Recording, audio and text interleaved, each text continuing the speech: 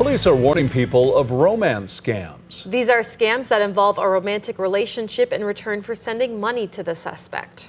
If somebody you haven't ever met is asking you to send them money to help them with some type of situation, that is a huge red flag. And take the time to have a conversation with somebody. Talk to your family members, talk to your friends, call the police department.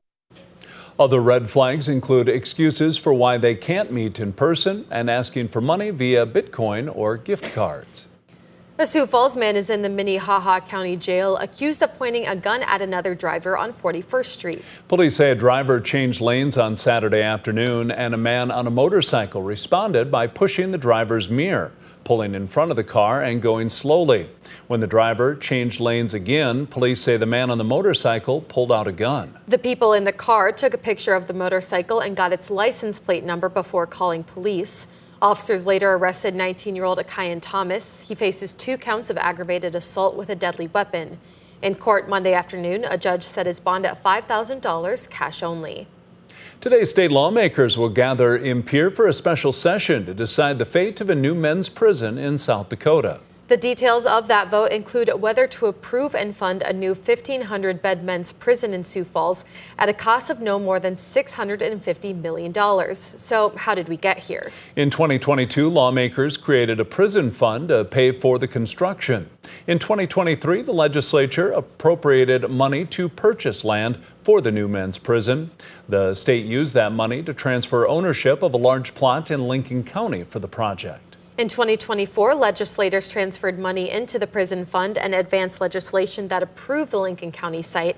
And now in 2025, lawmakers did not pass legislation to sign off on an $825 million project at that site. In response, Governor Larry Roden created the Project Prison Reset Task Force to make recommendations for potential sites and a different price point. We have a team of reporters covering the special session in Pierre. Our live coverage will begin at 9 o'clock Central Time on KELOLAND.com and on KELOLAND Plus. Stay with KELOLAND News for updates and live coverage throughout the session. Well, now let's get a check on our weather with meteorologist Brian Carsons. Good morning, Brian. Good morning. Our forecast today remaining pretty dry for the vast majority of KELOLAND. Temperatures this afternoon, 79 Sioux Falls, 79 degrees in Mitchell, 73 in Rapid City, and 65 Custer. So overall, it looks like above the averages for most of us today. How about the extended forecast? We'll take a look at those numbers coming up in just a few minutes. Thank you, Brian. Whether you're the leader of an organization or you work behind the scenes, everyone plays an important role in the workplace. Wayne Cheney is a lead custodian at Lifescape's Children's Campus in Sioux Falls. He's worked for the organization for 35 years. There are a few reasons that he's stayed for decades. I love the kids. I love the staff.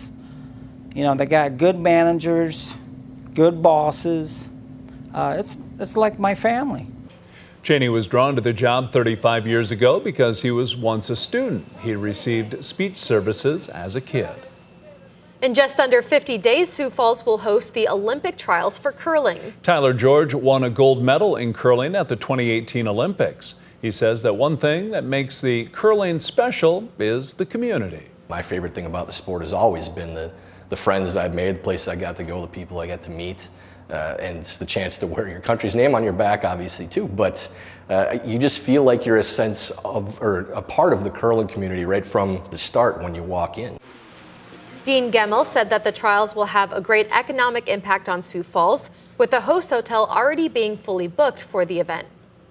Competition season for high school marching band is underway, and this week's stop for more than a dozen schools is Brandon. The 26th annual Big Sioux Review is Saturday at Brandon Valley High School. It will have marching bands from Aberdeen to Sioux City competing, while the host, Marching Lynx, perform an exhibition. With thousands of people in attendance, it takes more than 100 volunteers to make the event a success. It's great to see the community pull together and really help these kids have the best possible experience. Between our sponsors that are helping with this event and the volunteers that make up probably about 130 adults that are pouring into this event, we're very lucky to put it on all together. The Big Sioux Review is this Saturday. Gates open at 5:30 p.m. with a competition beginning shortly after 6. Admission is $20 for adults and $10 for kids ages 3 to 18. That's a look at some of our top stories. Now let's get another check of your weather with meteorologist Brian Karstens. Brian?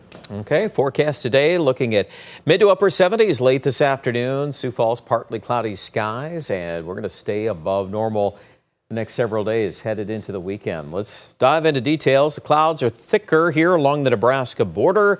Rain will be sliding south with pockets of showers and thunderstorms headed that direction. Midday temperature 75 Aberdeen, 73 in Watertown. We'll finish up the day pretty close to 80 in the hub city. I think Rapid City just a touch cooler, but still not too bad. A little north wind there too at 15 to 30. How about sky conditions tonight? Looking partly cloudy here. 50s. Pretty common to start off Wednesday morning. Wednesday, north breeze, but a lot of those numbers between 75 and 80 in the afternoon. And then we're looking ahead to Thursday and Friday and actually a warm up.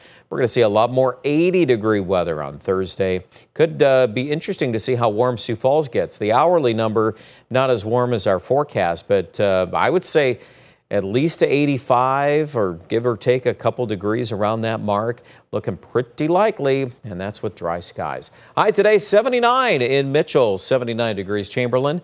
Let's wrap up on our 7-day forecast. Dry and warm. We're going to cruise through the 80s until further notice. No end to that as we get into early next week. Aberdeen, the Northeast, most of those days too, pretty warm.